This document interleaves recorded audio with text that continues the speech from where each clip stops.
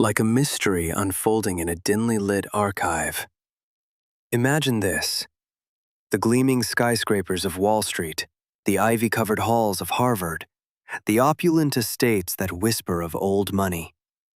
We celebrate them as monuments to American ingenuity, pillars of progress forged by visionaries. But what if I told you that beneath those foundations lies a shadow economy of addiction, exploitation, and bloodshed? A trade so lucrative it reshaped empires, yet so taboo it's been scrubbed from the family albums. This isn't a tale from the distant past. It's the blueprint of how opium poisoned China and bankrolled America's elite. And the ripples? They're still crashing through our financial world today. Buckle up, because we're diving into the hidden vaults of history to uncover how a handful of audacious merchants turned human suffering into enduring dynasties. Let's set the scene in the turbulent waters of the 1830s. The world was a chessboard of empires, with Britain holding the black pieces, dominating global trade from the sun-scorched fields of India to the bustling ports of Canton. Silver flowed eastward like a relentless tide, fueling China's economy while leaving Western powers starved for bullion. Enter opium, a raw, resinous extract from poppies harvested in Bengal under British oversight.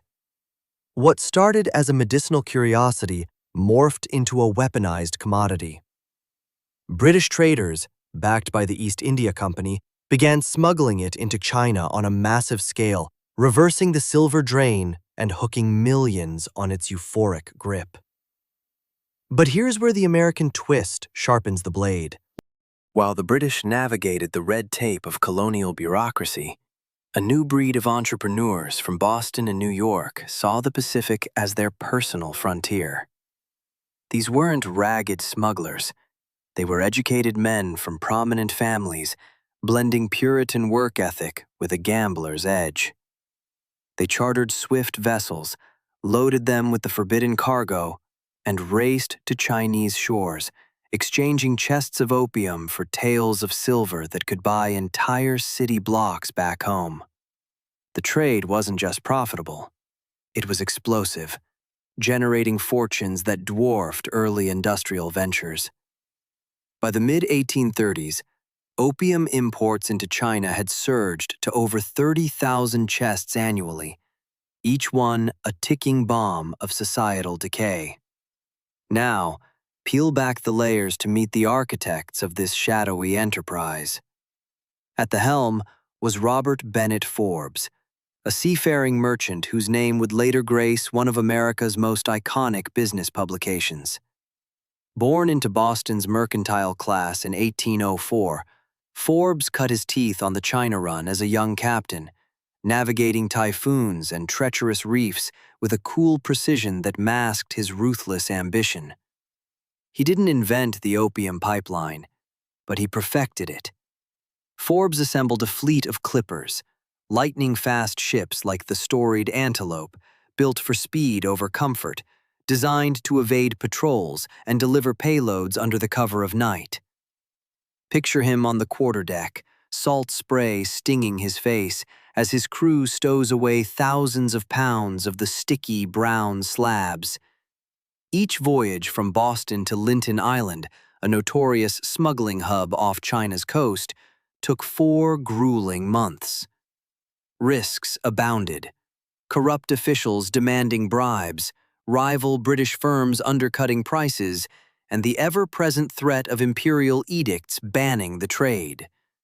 Yet Forbes thrived on the edge.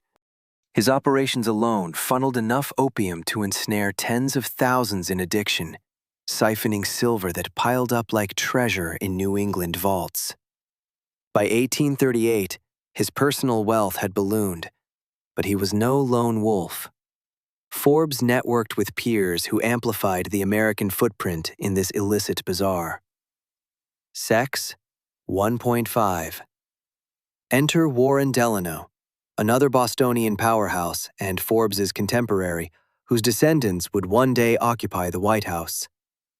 Delano dove headfirst into the opium waters in the 1820s, captaining vessels that hugged the Chinese coastline, bartering the drug for not just silver, but also luxury silks and teas to mask their cargo on the return trip. He operated with a flair for diplomacy, cultivating ties with local compradors, Chinese middlemen who greased the wheels for a cut of the profits. Delano's edge? He treated the trade like a high-stakes investment portfolio, reinvesting earnings into diversified holdings that buffered against crackdowns. His firm, Russell and Company, became the nerve center for American opium exports, handling up to a third of the traffic by the late 1830s. Where Forbes was the daring captain, Delano was the shrewd financier, turning vice into a vertically integrated empire. And looming in the background was John Jacob Astor, the German immigrant turned fur-trading titan whose New York base made him the godfather of American commerce. Astor didn't sail the opium routes himself, but his capital greased the gears. Through investments in shipping and insurance, he indirectly bankrolled the trade, amassing a fortune estimated at over $20 million by his death in 1848. Equivalent to billions today. Astor's philosophy was simple. Capital knows no borders, no morals. He funneled opium windfalls into Manhattan real estate, laying the groundwork for the city's skyline while his partners dodged cannon fire in the South China Sea. Sex 1.5. As these merchants raked in riches, the human cost mounted like a gathering typhoon. In China, opium dens sprouted in every alleyway, from the teeming streets of Shanghai to remote villages. Addiction ravaged the workforce. Farmers abandoned fields, officials lost their edge, and the Qing dynasty's coffers emptied as silver hemorrhaged westward. Enter Lin Zexu, the iron-willed commissioner dispatched by Emperor Daoguang in 1839 to stem the tide.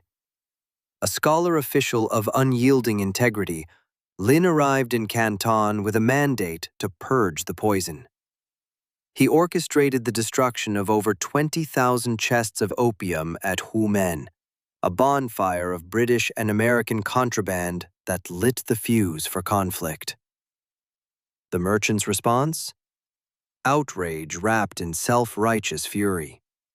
Forbes and Delano, from their safe harbors across the Pacific, lobbied Washington for intervention, framing the issue as a defense of free trade against barbaric despotism. Their pleas echoed in Congress, where expansionist sentiments ran high. The result? The Opium Wars, a pair of brutal clashes from 1839 to 1842 and 1856 to 1860, where British gunboats, bolstered by American shipping expertise, forced China to capitulate. The Treaty of Nanking in 1842 cracked open 5 ports to foreign trade, legalized opium, and ceded Hong Kong, a windfall that supercharged the merchants' ledgers. American firms, though not formal belligerents, reaped the spoils, with opium exports tripling in the aftermath. But the escalation didn't stop at the battlefield. It seeped into the marrow of American society. These opium fortunes weren't squandered on yachts or vanished into thin air. They were laundered into respectability. Forbes plowed his gains into Boston's infrastructure, endowing Harvard Medical School and funding the Massachusetts General Hospital, institutions that bear his legacy to this day. Delano's wealth seeded family branches that intertwined with political royalty, while Astor's real estate empire transformed New York into a global hub. Museums like the Peabody Essex in Salem, libraries in Newport, even the bloodlines of high society, all trace roots to this tainted silver. The financial implications were seismic. Opium profits provided the seed capital for America's industrial takeoff. Railroads snaking across the Midwest? bankrolled by China trade surpluses. The clipper ship era, which revolutionized global logistics, born from opium-fueled innovation. By the 1870s, as the trade waned under international pressure, these merchants had pivoted to railroads, textiles, and banking, their drug money morphing into the bedrock of Gilded Age excess. Conservative estimates peg the total American haul at hundreds of millions in silver, trillions in modern terms, enough to eclipse the early Rockefeller oil strikes. Why does this matter now, in an era of crypto booms and ESG mandates? Because the opium trade is the original sin of global finance, a cautionary blueprint for how unchecked markets devour societies. Today's opioid crisis in America, fueled by pharmaceutical giants, mirrors that 19th century playbook: profit over people, lobbying against regulation, and a veneer of legitimacy. Wall Street's hedge funds, tracing lineages to those same New England clans, still navigate gray zones in emerging markets, from rare earth minerals in Africa to supply chains in Asia. And China? The nation once humbled by addiction has risen as an economic colossus, its statecraft now wielding soft power through Belt and Road investments. The silver that once flowed out is boomeranging back, challenging the very dynasties built on its extraction. Moreover, in a world grappling with fentanyl floods and narco-states, understanding this history unmasks the hypocrisy of the war on drugs. The U.S. preaches prohibition abroad, while its corporations chase highs in legal cannabis or speculative bubbles. The merchants of the 1830s weren't villains in their time. They were innovators, philanthropists, statesmen. Forbes even captained relief ships during famines. Delano sat on church boards. Their story forces us to question: how much of our prosperity is built on unseen addictions? In boardrooms from Silicon Valley to Shanghai, the ghosts of the opium run remind us that wealth without ethics is a house of cards, waiting for the next gale. As the clippers gave way to steamers and the Qing fell to revolutionaries, the opium barons faded into legend, but their foundations endure. Robert Bennett Forbes, Warren Delano, John Jacob Astor. They weren't just traders. They were the vanguard of an American dream laced with opium dreams. Lin Zexu fought for his people's soul, only to see it shattered by cannons funded by the very silver he sought to save. Today, as we chase the next fortune in AI or green energy, let's not forget the cost. History isn't a dusty relic, it's a mirror. And in its reflection, the true price of empire stares back. Addictive, insatiable, and unforgiving. So with those opium-fueled fortunes burning a hole in his pocket, Robert Bennett Forbes set out to rewrite his legacy before the storm clouds of competition could eclipse his empire. But what if I told you that the very foundations of America's Gilded Age, its railroads, its skylines, its industrial might, were quietly built on the invisible chains of addiction across the Pacific? This isn't just history. It's a hidden ledger of how dirty money became the clean currency of a nation. As the 1830s dawned, Forbes wasted no time. He funneled his illicit gains into the humming factories of New England's textile mills, where spindles spun cotton into cloth that would clothe a growing America.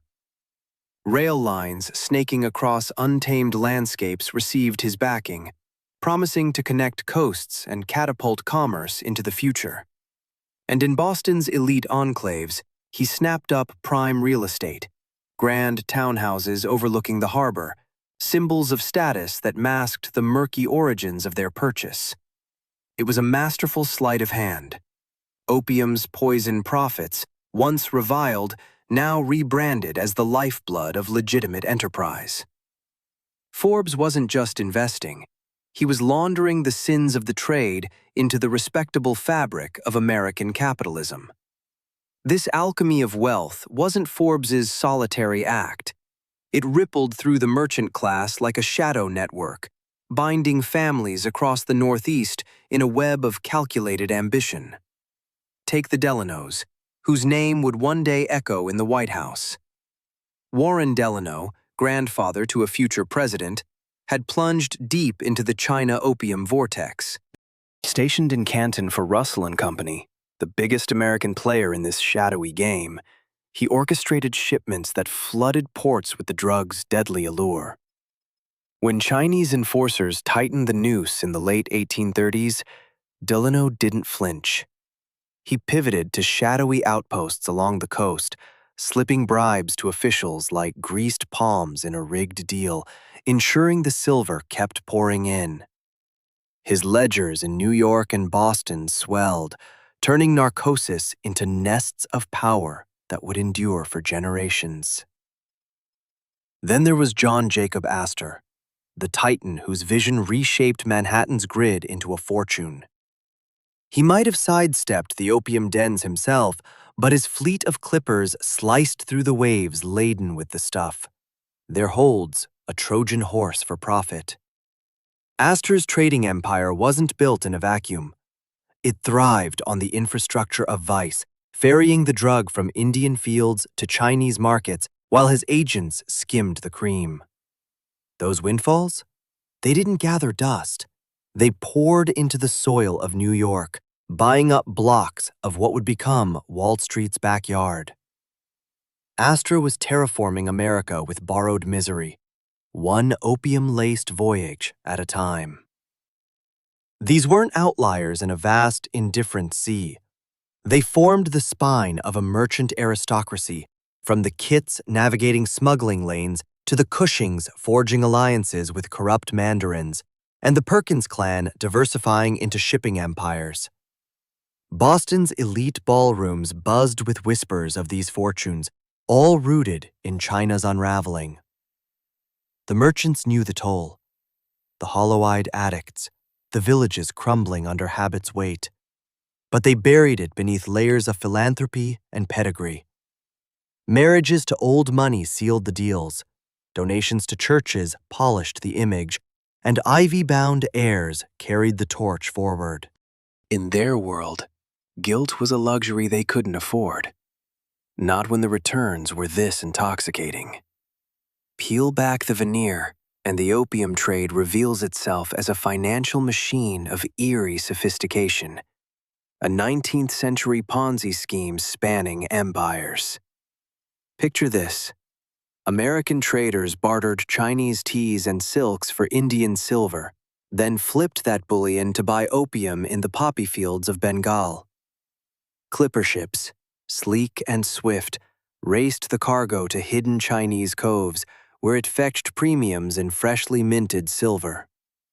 That haul circled back, funding more luxury imports for eager markets in the States and Europe. It was a perpetual motion engine of greed, with Yankees like Forbes and Delano perched at the choke points, skimming fortunes while the continents bled. But beneath the ledgers lay devastation. By the 1830s, 4 million souls in China were ensnared, their numbers set to swell to 8 million in a decade of deepening despair. Silver hemorrhaged from the Dragon Throne's coffers, villages emptied as laborers chased the dragon, and economies buckled like sails in a typhoon. The merchants didn't just watch from afar. They engineered the catastrophe. Forbes pioneered smuggling conduits through fog-shrouded islands, while Delano greased wheels with officials who'd sell their own shadows. They even dabbled in early salesmanship, hawking opium as a cure-all, a status symbol, whispering temptations that hooked the masses. This wasn't mere trade. It was a covert assault, waged by armed schooners outgunning imperial patrols, privateers turning human frailty into a scalable enterprise. Back home, these same men, Forbes penning pious letters, Astor funding symphonies, paraded as pillars of virtue. Church pews welcomed them, charities bore their names, and society turned a blind eye. Critics murmured of the double standard, Men who'd recoil from a pipe in their own parlors, yet peddled ruin abroad. But the distance muted the outcry. China was a far-off fable, its agonies as remote as a nightmare at dawn. Enormous profits silenced the rest. Yet this moral fog bankrolled a revolution. The opium windfall didn't evaporate, it ignited America's ascent. Rivers of capital flooded banks, birthing factories that belched smoke and promise. Railroads clattered to life on these rails, stitching a fractured republic into an economic colossus. Historians still tally the ripple. How that tainted silver accelerated the shift from agrarian outpost to industrial juggernaut, seeding the fortunes of tycoons who'd define the century. It was the original stimulus package, one laced with tragedy, propelling the U.S. from periphery to powerhouse while China staggered. By 1839, the empire's patience shattered like porcelain under boot. Enter Lin Zexu, the iron-willed commissioner dispatched to Canton with a mandate as unyielding as granite. Eradicate the opium scourge that had festered for decades. No deals, no diplomacy. He came as avenger, vowing to torch the trade that was devouring his nation's soul. In that moment, the merchant's gilded bubble teetered on the brink. What followed would not only redraw maps, but expose the fragility of empires built on borrowed time, and the enduring truth that unchecked greed always demands its reckoning.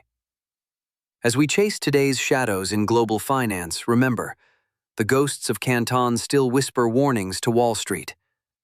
As the commissioner drew his iron line around the foreign enclaves in Canton, a chilling standoff unfolded, one that would expose the fragile underbelly of an empire built on addiction. Imagine the air thick with desperation. Merchants trapped like rats in their own warehouses, staring down the barrel of an ultimatum that could erase their empires overnight. This wasn't just a raid. It was the unraveling of a shadow economy that had quietly flooded America's elite with blood money from China's veins. In the sweltering heat of 1839, the siege tightened like a noose. Lin Zexu, the unyielding enforcer of the emperor's will, refused to budge. He demanded the total surrender of every last opium chest stockpiled in the city, thousands of them, each a ticking bomb of devastation. Destruction followed swiftly. Public bonfires lit up the night as the toxic cargo dissolved into ash and smoke, a symbolic purge that sent shockwaves through the trading floors of Boston and New York. For Robert Bennett Forbes, the sharp-eyed merchant who'd sailed these waters for years, this was the apocalypse he'd whispered about in smoky backrooms but never truly faced. His ledgers, fat with profits from the very poison now burning, suddenly looked like liabilities. The Chinese weren't content with a one-time cleanup. They craved an ironclad vow from the foreigners. No more shipments, ever.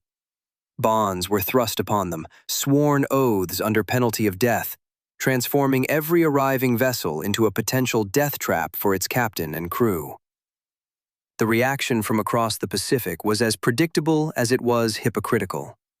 American traders, cornered and furious, raised a cry of outrage that echoed through diplomatic cables and editorial pages. "Free trade," they thundered. "Unfettered markets, the sacred right to commerce without despotic meddling." They cast themselves as innocent entrepreneurs, squeezed by an irrational regime, artfully sidestepping the grim reality. Their ledgers were stained with the ruin of countless lives, entire families hollowed out by the craving they'd engineered for gold. In their minds, Forbes and his peers weren't peddlers of peril. They were visionaries of global exchange, now victims of barbaric overreach. Yet beneath the bluster lurked a deeper vulnerability, one that would redefine how these fortunes survived. Here's where the intrigue deepens. Unlike their British counterparts, driven by dreams of crimson-coated conquest across Asia, the U.S. had no appetite for cannon fire over contraband. Washington turned a blind eye to the trade's moral rot, content as long as the silver flowed home to fuel railroads and factories. But when push came to shove, American envoys balked at igniting war for the sake of smugglers. No grand imperial chessboard for them, just pragmatic profit-chasing. This reluctance forced a cunning pivot, revealing the opium trade's true genius. It thrived not on bayonets alone, but on the sly ingenuity of men who could navigate gray zones like ghosts in the fog. Enter the era of the American shadow players. With British gunboats blasting open the First Opium War from 1839 to 1842, crushing Chinese defenses and dictating terms at sword point, Forbes and his ilk couldn't count on Uncle Sam to sail to their rescue. So they evolved, morphing into a clandestine force, part buccaneer, part dealmaker, always one step ahead of the law. Forbes emerged as the architect of this underground ballet. While Lin's forces raised stockpiles in Canton, he pulled strings from afar, lobbying quietly for reparations that would refill American coffers from the very trade deemed illicit. When the Treaty of Nanking in 1842 sealed the armistice, ceding Hong Kong to Britain, extracting crippling reparations, and unlocking 5 coastal ports to the world, the real game shifted into overdrive. Opium wasn't enshrined in legalese, but the cracks it created were perfect for infiltration. More entry points, diluted imperial control, a smuggling paradise disguised as progress. American merchants pounced with predatory precision, weaving their webs into Shanghai, Ningbo, and beyond. What had been a rickety Canton chokehold blossomed into a vast, interlocking syndicate. Warehouses disguised as tea houses, bribes funneled through compradors, ships slipping in under false manifests. The yields? Astronomical. Forbes alone raked in hundreds of thousands annually, a fortune that cascaded into the veins of U.S. finance. Banks swollen with dirty dollars, investments sprouting like weeds in the fertile soil of a booming republic. But the true masterstroke, the one that cements this saga as a blueprint for modern money laundering, lay in the alchemy of absolution. These weren't hidden stashes in tropical vaults. This was wealth paraded in plain sight, transmuted into pillars of society. Picture the audacity. In the early 1840s, Forbes was still knee-deep in the trade's grit, orchestrating loads that ravaged coastal villages and toppled dynasties. Yet by mid-decade, he'd pivoted to Boston's glittering salons, rubbing elbows with poets and policymakers over crystal goblets. The man who'd tallied opium halls now penned endowments for libraries and asylums, his signature a bridge from vice to virtue. It was no slow fade into respectability. It was a bold reinvention, banks and boards none the wiser, or perhaps willfully blind. Warren Delano, another titan of the trade, funneled his games into New York's industrial heartbeat, coal veins and iron tracks that powered America's ascent. The Perkins clan, those quiet architects of addiction, poured their proceeds into looms and land, birthing textile empires from the ashes of distant suffering. Even the Cushings, with their refined airs, anointed themselves cultural saviors, gifting galleries and galleries that echo their names in hushed reverence today. This wasn't mere personal sleight of hand. It was a systemic sleight of heart, a collective sleight that embedded opium's poison deep into the Republic's core. As these merchants ascended to boardrooms and ballot boxes, their untraceable windfalls greased the wheels of expansion, from transcontinental rails to Wall Street's first booms. Fast forward to our fractured markets today, where anonymous flows from far-flung shadows bankroll the mighty. Crypto havens, offshore shells, the endless quest to sanitize the unsavory. The lesson from Forbes's gambit? Fortunes forged in the dark don't just survive, they redefine the light. In an age of hidden ledgers and global gambles, understanding this opium odyssey isn't history. It's a warning etched in gold. How many of our icons sit atop similar secrets? And what happens when the sieges come again? The trade may have ended, but its blueprint endures. Profitable, perilous, profoundly human. Imagine a shadowy empire built not on steel or steam, but on the haze of addiction. A fortune so vast it reshaped the skylines of America's elite institutions, all while a distant nation crumbled into despair.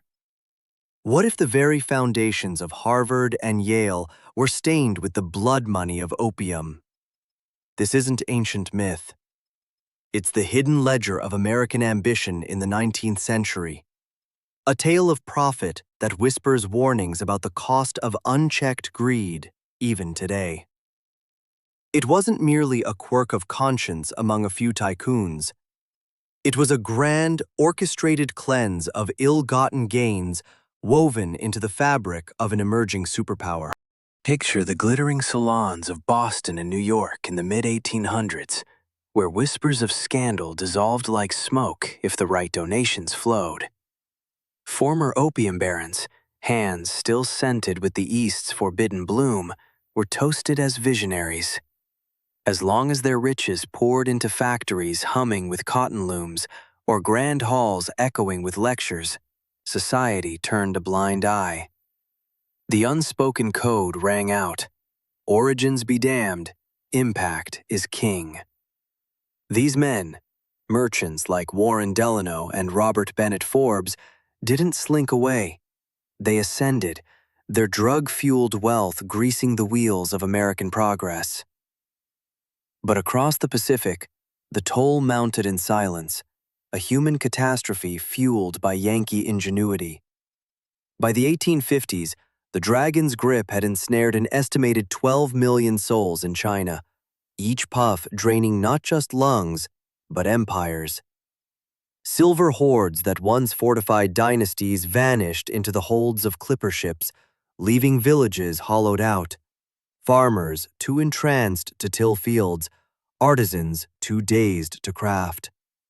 Regions that had thrived for millennia now staggered under economic ruin, their lifeblood siphoned to feed a voracious trade netting foreign traders tens of millions in pure profit each year.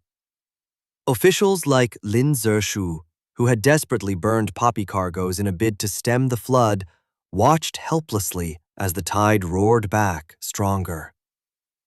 Delving deeper, we uncover the cold machinery behind this plague. American traders, ever the innovators, didn't just ship the scourge. They refined it into a weapon of dependency. They bred hybrid strains of opium, potent elixirs engineered in hidden labs to hook users faster, deeper, turning casual smokers into lifelong captives. Credit schemes slithered into the mix, sly ledgers allowing the desperate to borrow against futures they could never reclaim, trapping families in spirals of debt that echoed through generations. And in a twist of ruthless marketing, these entrepreneurs enlisted local agents, Chinese go-betweens paid to hawk the vice in untouched provinces, whispering promises of escape from poverty's grind. It was no crude hustle. This was commerce at its most calculated, a blueprint for exploitation that would inspire darker trades to come. The operation's sheer magnitude demands awe and revulsion. Fleets of American vessels, sleek predators slicing the Pacific, hauled thousands of chests per run, each wooden fortress packed with enough narcotic to sustain hundreds for months on end. Coordinating this required a web of shadows. Suppliers in the poppy fields of India, financiers in London's counting houses, transporters dodging patrols along China's coast, and distributors threading the poison into every alley of Canton and beyond. Spanning continents, this network pulsed like a global artery, pumping wealth westward while pulsing misery eastward. Yet what chills the spine is the veneer of legitimacy. These weren't fringe outlaws. They were pillars of trade. John Jacob Astor among them, filing meticulous manifests touting their wares in trade gazettes, operating from sunlit offices. In merchant clubs from Salem to San Francisco, opium dealing was just another ledger line, as routine as tea or silk. This facade of normalcy didn't just fatten purses. It warped the American gaze upon the world. Who fed the public tales of the Orient? The very men peddling its downfall. Letters home from Delano or Forbes painted China not as a victim, but a riddle. Its people inscrutable, its leaders obstinate. Resistance to the trade? Branded as barbaric folly, a clash of enlightened commerce against outdated taboos. Lin Zexu's bold stand morphed in their dispatches into irrational rage, xenophobic barriers to progress. Merchants spun a seductive myth. They weren't destroyers, but saviors, dragging a stagnant realm into modernity's light. Ignorance, not wisdom, they claimed, fueled Chinese bans. Self-serving spin that excused the poison as a civilizing force. The ripple? A poisoned well of policy that lingered like opium fog. Generations of U.S. diplomats and lawmakers drank from it, viewing China through lenses tinted by profit motives. Treaties carved from this bias, unequal pacts that pried open ports, echoed the trade's logic, framing dominance as destiny. Long after the last chest was smuggled, this narrative steered America's hand in Asia, from gunboat diplomacy to spheres of influence, a ghost that haunts international relations still. Now, trace those golden streams back home and the true intrigue unfolds. The bounty didn't rot in humid warehouses. It cascaded into America's core, erecting monuments to hypocrisy that stand eternal. Harvard, that ivy-clad beacon of intellect, owes chunks of its grandeur to the opium windfall. The Perkins clan, architects of addiction's spread, funneled rivers of silver into endowments, professorships etched with their name, quadrangles paved by Chinese despair. Stroll those crimson paths today, and you're treading echoes of a trade that hollowed a nation to build this one. The patterns spiderwebbed outward, New England's academies awash in tainted gold. Yale's spires rose higher on gifts from the Russells, whose firm dominated the Asian opium lanes like a cartel kingpin. William Huntington Russell, scion of that dynasty, birthed the enigmatic Skull and Bones Society amid Yale's groves, a brotherhood forged from drug lord legacy, its rituals veiling the source of power. No veils were needed. The ties were flaunted in wills and plaques, dismissed as relics when the cash was fresh and flowing.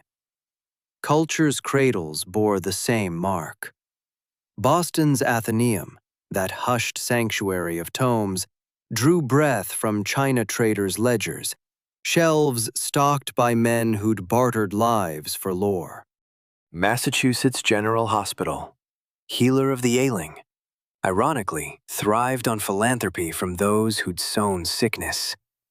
Opium fortunes recast as mercy, a final laundering through wards and wings. The paradox hung heavy.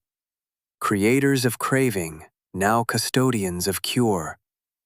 Educators from the shadows of ruin. Why does this shadow loom large in our era? In a world of crypto laundries and offshore havens, the opium saga is no dusty footnote. It's a mirror.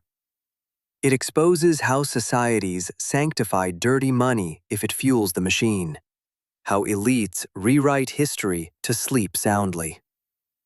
As global markets teeter on ethical fault lines, from big pharma's pills to supply chains laced with exploitation, we're reminded Fortunes built on frailty don't fade.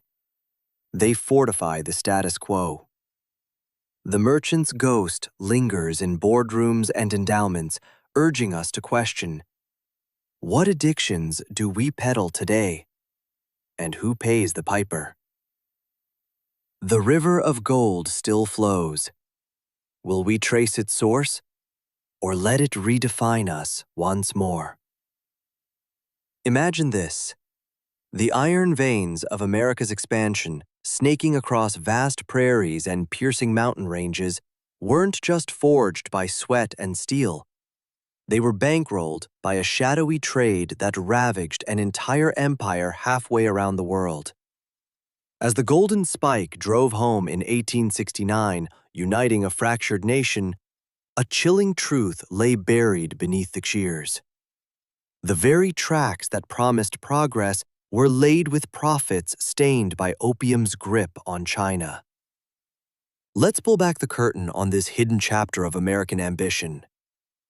In the turbulent decades following the Opium Wars of the 1830s and 1840s, a cadre of shrewd merchants, men like Warren Delano and Robert Bennett Forbes, had amassed staggering wealth by flooding Chinese ports with the addictive narcotic. But as the smoke from those illicit dealings began to clear, these same tycoons turned their gaze inward, channeling their fortunes into the grand infrastructure that would propel the United States towards superpower status. The Transcontinental Railroad wasn't merely an engineering marvel. It was a financial alchemy, transforming blood money from distant shores into the backbone of a booming republic. Delve deeper, and the web of connections tightens like a noose. The Central Pacific Railroad, tasked with conquering the rugged Sierra Nevada from the west, drew heavily from investors whose coffers overflowed with opium gains. These weren't faceless financiers. They were the architects of a trade that had Lin Zechu, the resolute Chinese official, waging a desperate war against foreign poison in the ports of Canton. Yet here, in the American heartland, their capital fueled dynamite blasts and rail ties, all while irony laced every mile. The laborers toiling under the relentless sun? Thousands of Chinese immigrants, drawn across the Pacific by dreams of escape from the very chaos their homeland endured: famine, unrest, and societal collapse fueled by widespread addiction. Picture the scene. These men, many fleeing the wreckage of Qing dynasty villages hollowed out by opium's curse, wielded picks and shovels for pennies on the dollar compared to their white counterparts. They dangled from sheer cliffs, blasted through granite in peril-fraught tunnels, and buried their dead in unmarked graves along the route, all to construct a monument to manifest destiny. Back in mahogany-paneled offices in Boston and New York, the merchants tallied their returns, untouched by the peril. The symbolism cuts like a blade. Hands scarred by China's suffering, now hammering spikes into America's future, paid for by the very vice that drove them from home. When the tracks met at Promontory Summit, amid toasts to Yankee grit and unyielding vision, the speakers glossed over the uncomfortable reality. No eulogy for the drug lords whose ledgers had made it possible. No nod to the exploited builders whose lives it cost. But railroads were just the glittering facade of a broader reinvention. Real estate became the silent engine of purification, a way to root tainted wealth into the solid ground of U.S. cities. John Jacob Astor, that pioneering fur trader turned real estate mogul, had blazed the trail decades earlier, but the post-Civil War opium barons elevated it to an art form. They snapped up blocks in the fog-shrouded streets of San Francisco, the bustling harbors of Boston, and the rising skyline of New York, turning liquid assets from Canton into bricks and mortar that screamed legitimacy. The Astor lineage, with their enduring ties to the China trade, wove this legacy into a sprawling Manhattan domain. Towering tenements and family brownstones rose on foundations of despair. Structures sheltering waves of immigrants, factory hands, and everyday Americans, all owned by fortunes birthed in the haze of Chinese dens. This wasn't isolated opportunism. It was a systemic shift.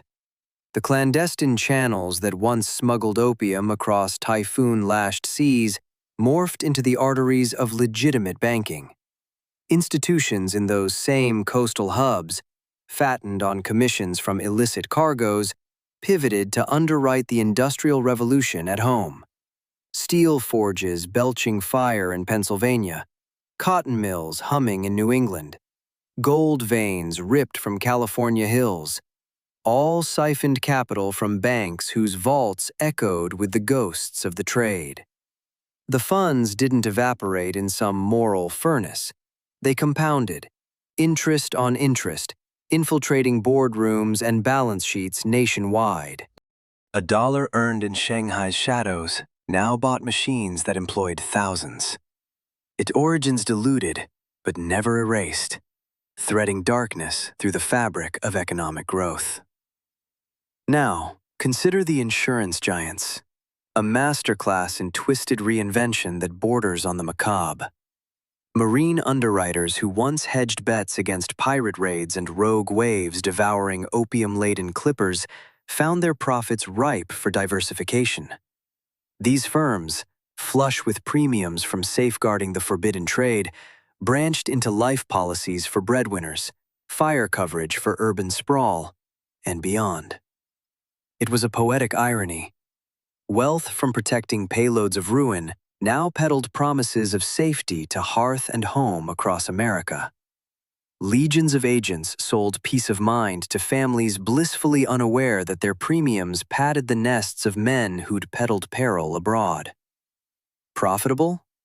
Undeniably. Legal? Absolutely. But the ethical contortion, monetizing addiction's safeguards to ensure against death and disaster, lingers like a bad aftertaste. The crucible of the Civil War only hastened this whitewashing, turning former smugglers into wartime saviors.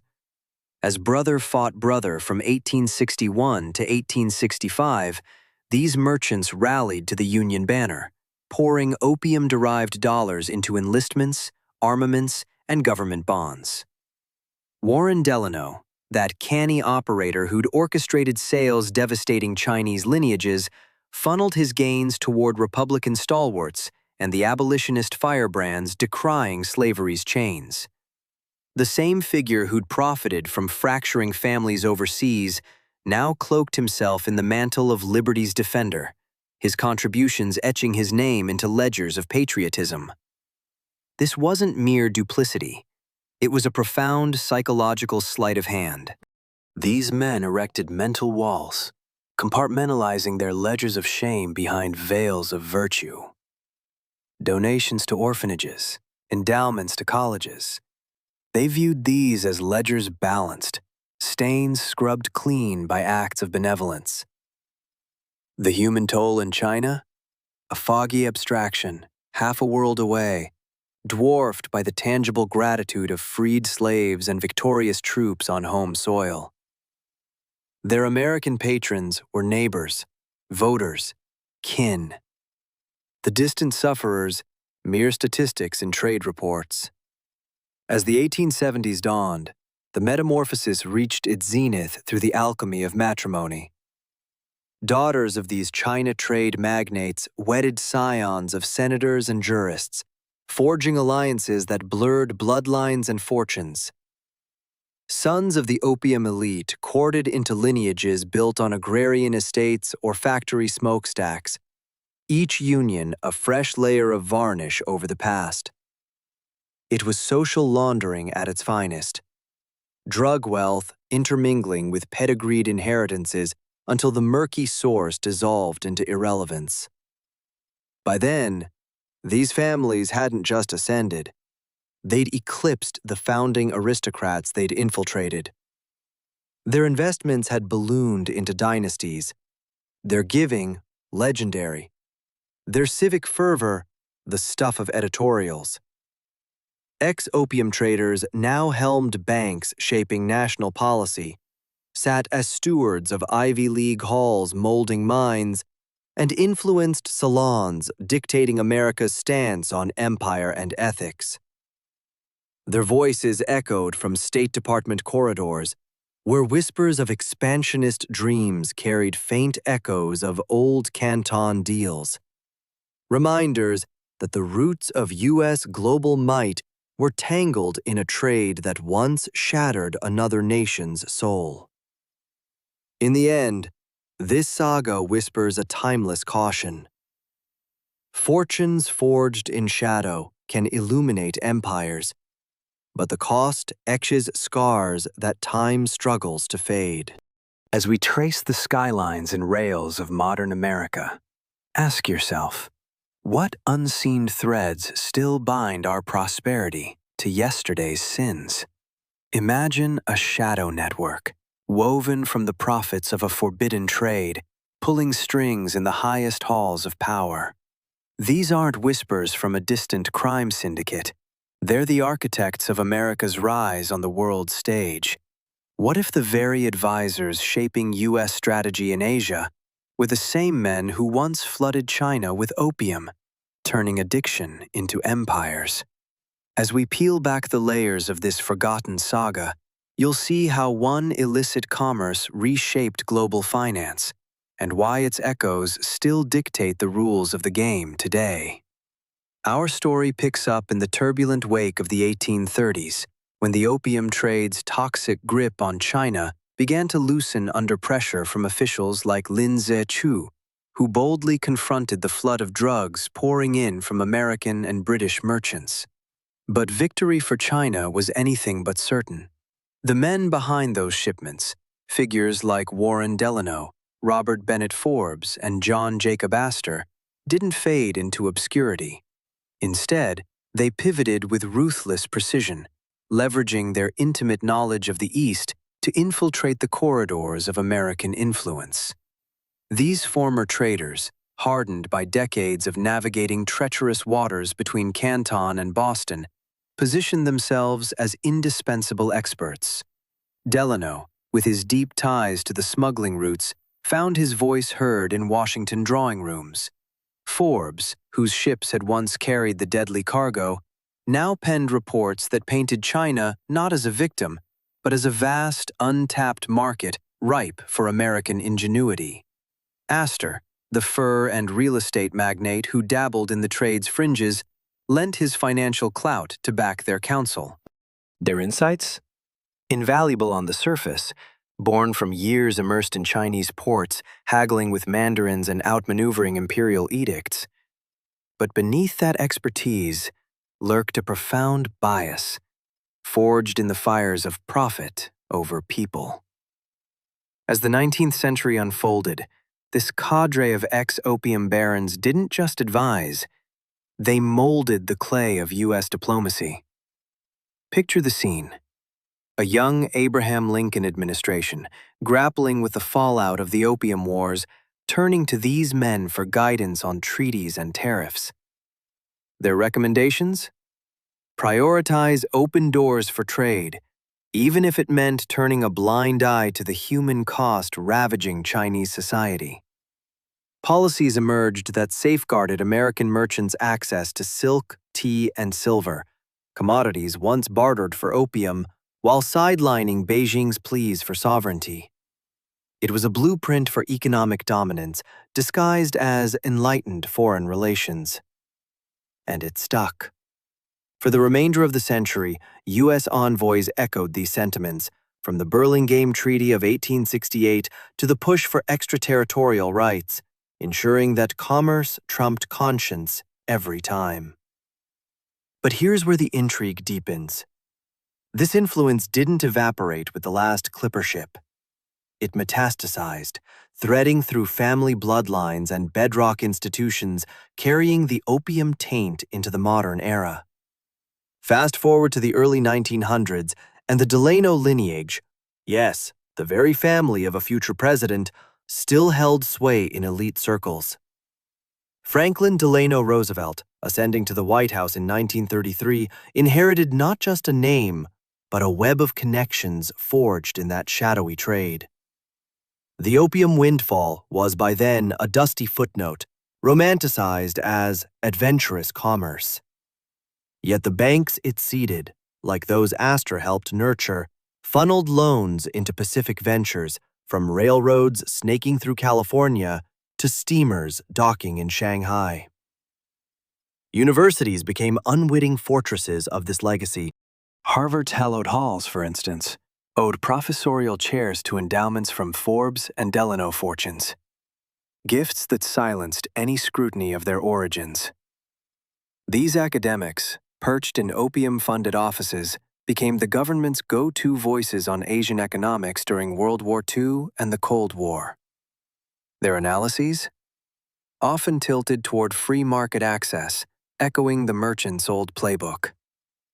Meanwhile, Wall Street titans, bloated on those early profits, bankrolled America's leap into Asian markets, financing everything from Standard Oil's forays to the telegraph lines binding empires. The money had evolved, laundered through legitimate ledgers, but its scent lingered, propelling U.S. hegemony across the Pacific. Now, escalate the stakes. While America built skyscrapers on this foundation, China reeled from the aftermath. The silver drain, millions of taels siphoned to pay for the addictive imports, gutted the Qing economy, sparking famines and rebellions that toppled dynasties. Generations grappled with the scourge of addiction, as entire villages hollowed out, families shattered by the merchants' relentless supply chains. Lin Zexu's valiant stand in 1839, destroying over 20,000 chests of opium in Humen, was a desperate cry drowned by cannon fire from British and American-backed fleets. The corruption it bred? A venom that seeped into bureaucracy, eroding trust and inviting more predators. European powers carving up spheres of influence like a feast after the kill. By the 20th century, as China clawed toward renewal under leaders like Sun Yat-sen and later Mao, the scars ran deep. The Republic of China, then the People's Republic, confronted not a level field, but a financial colossus raised on their suffering. Irony twisted like a knife. Beijing now sought loans from Astor-descended banks to industrialize, purchased machinery from Delano-linked firms to modernize, and negotiated with think tanks whose endowments traced back to Forbes's ledgers. This wasn't mere coincidence. It was the opium trade's long game, turning victim into debtor in a cycle of dependency. American corporations, capitalized by that poisoned wealth, flooded markets with everything from textiles to tech, extracting value anew, while the original debt, human and economic, festered unspoken. Why does this matter now, in our hyper-connected world of trade wars and supply chains? Because the ghosts of these merchants haunt today's boardrooms and policy briefs. As tensions simmer between Washington and Beijing over tariffs, tech bans, and territorial seas, echoes of that 19th century playbook resurface. U.S. strategies still prioritize market access and intellectual property, often at the expense of equitable partnerships, much like the unequal treaties of old. And the institutions? They're more entrenched than ever. Ivy League endowments, ballooned by historical gifts, influence curricula that shape tomorrow's diplomats. Banks with opium roots underwrite the Belt and Road countermeasures, profiting from the rivalry they helped ignite. But the true chill lies in what we've erased. This isn't a tale of oversight. It's a deliberate vanishing act, orchestrated by the very elites who rose from the trade. The families didn't just cleanse their coffers, they scrubbed their legacies clean. Biographers of Delano portrayed him as a seafaring visionary, glossing over the holds stuffed with opium. Forbes' memoirs, archived in selective collections, highlighted philanthropy, orphanages, and museums, while burying the dealer days in vague China ventures. Astor's chroniclers spun yarns of real estate genius, ignoring the Asian underbelly that padded his purse. Cis amnesia was no accident.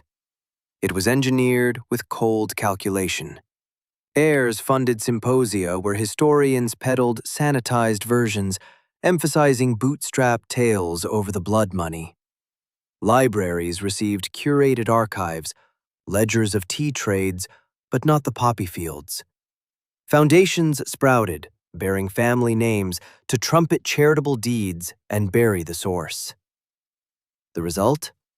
An American aristocracy perched on pillars of denial, their power unchallenged because the foundation myth endures. Innovation, grit, moral fortitude. Yet scratch the surface, and you'll find drug lords recast as pioneers. In the end, these opium fortunes didn't dissolve into antiquity.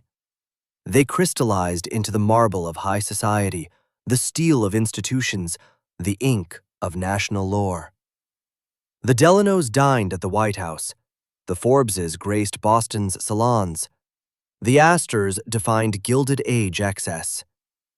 Their influence? It pulses through today's veins. In the Federal Reserve's Asian strategies, in Silicon Valley's supply lines, in the rhetoric of fair trade that masks old imbalances. So pause when you hear paeans to America's entrepreneurial spirit or lectures on ethical global leadership from podiums built by profiteers.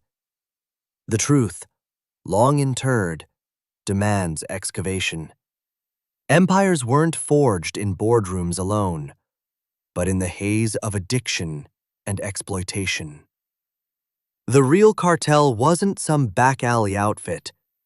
It was the vanguard of American ascendancy, turning misery into might. And if history's lessons feel buried under layers of myth, that's by design. Power thrives in forgetfulness. But armed with this knowledge, you see the strings for what they are. The merchants of old didn't just trade in opium. They traded away transparency, leaving us to inherit their illusions. If this glimpse into the underbelly of fortune has sharpened your view of the financial world we navigate, subscribe for more revelations that challenge the official narrative. The past isn't prologue, it's the blueprint. Uncover it, and the present snaps into focus.